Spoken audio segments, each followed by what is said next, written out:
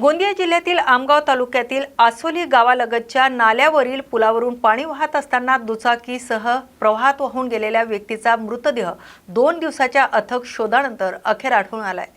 जांभूरटोला येथील रहिवासी असलेल्या 43 वर्षीय रूपचंद प्रेमलाल बोपचे हे 6 जुलै रोजी सायंकाळी शेतीच्या कामानिमित्त दुचाकीने जात होते। आसोली गावाजवळील पुलावरून पावसाचं पाणी मोठ्या प्रमाणात वाहत असताना अचानक दुचाकीचा तोल गेल्याने ते पाण्याच्या वेगवान प्रवाहात वाहून गेले। घटनेची माहिती मिळताच स्थानिक नागरिक आणि पोलीस प्रशासनाने तातडीने शोध मोहीम सुरू केली होती।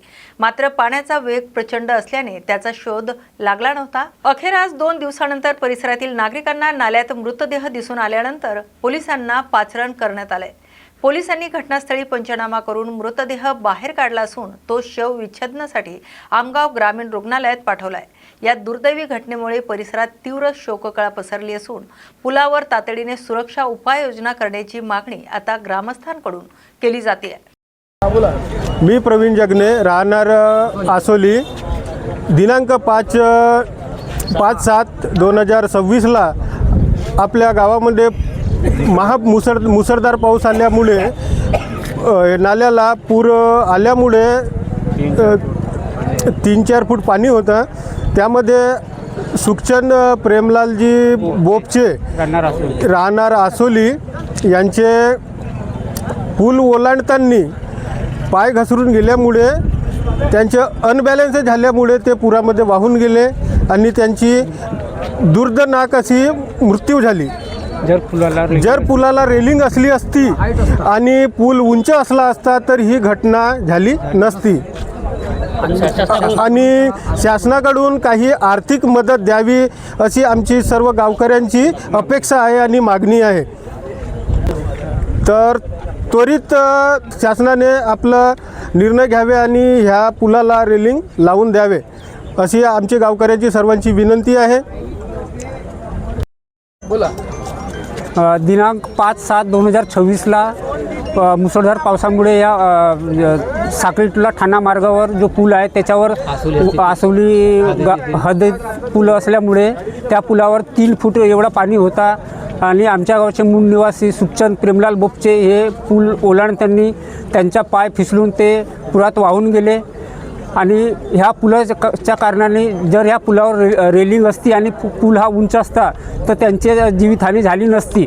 त्यामुळे प्रशासनाला ही विनंती आहे की त्वरित लवकरात लवकर ह्या पुलाची रेलिंग किंवा सुविधा उपलब्ध करून ह्या पुलाची पूर्ण मरम्मत करावी हीच विनंती करतो। ठाण्यातील आनंदनगर येथील घोडबंदर रोडवर गॅसचा कंटेनर पलटी होऊन एक भीषण अपघात झालाय। या अपघातात एका रिक्षा चालकांसह प्रवाशाचा जागीच दुर्दैवी मृत्यू झालाय।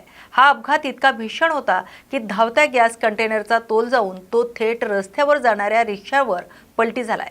यामध्ये रिक्षा पूर्णपणे कंटेनर खाली दबल्या गेली। अपघातावेळी रिक्षांमध्ये एकूण 3 प्रवासी असल्याची माहिती समोर आली आहे। त्यापैकी रिक्षा चालक आणि एका प्रवाशाचा जागीच मृत्यू झालाय तर दुसरा प्रवासी गंभीर जखमी झालाय।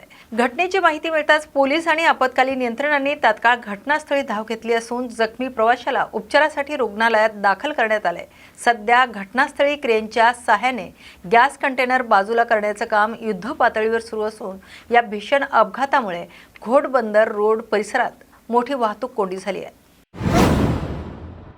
भिवंडी शहर आणि ग्रामीण भागात गेल्या 5 दिवसापासून सुरू असलेल्या मुसळधार पावसामुळे जनजीवन पूर्णपणे विस्कळीत झाले तर काल्हेर परिसराला पाण्याचा मोठा वेढा पडलाय।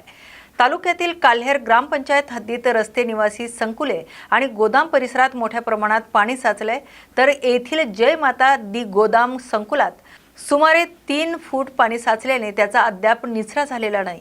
याचा मोठा फटका आर्चिड ज्वेल संकुलातही तब्बल 13 इमारतीमधील रहिवाशांना बसत असून नागरिकांना याच पाण्यातून जीवघेणी वाट काढत ये-जा करावी लागते। त्यातच भर म्हणून परिसरातील विजेच्या रोहित्रात म्हणजे ट्रान्सफॉर्मरमध्ये पाणी शिरल्याने वीज पुरवठाही गेल्या 24 तासापासून पूर्णपणे खंडित झाला होता। यामुळे काल्हेरमधील रहिवाशांना एकाच वेळी पाणी साचणे आणि वीज खंडित होणे अशा दुहेरी संकटाचा सामना करावा लागतोय। प्रशासनाने तातडीने पाण्याचा निचरा करावा अशी मागणी नागरिकांमधून केली जाते।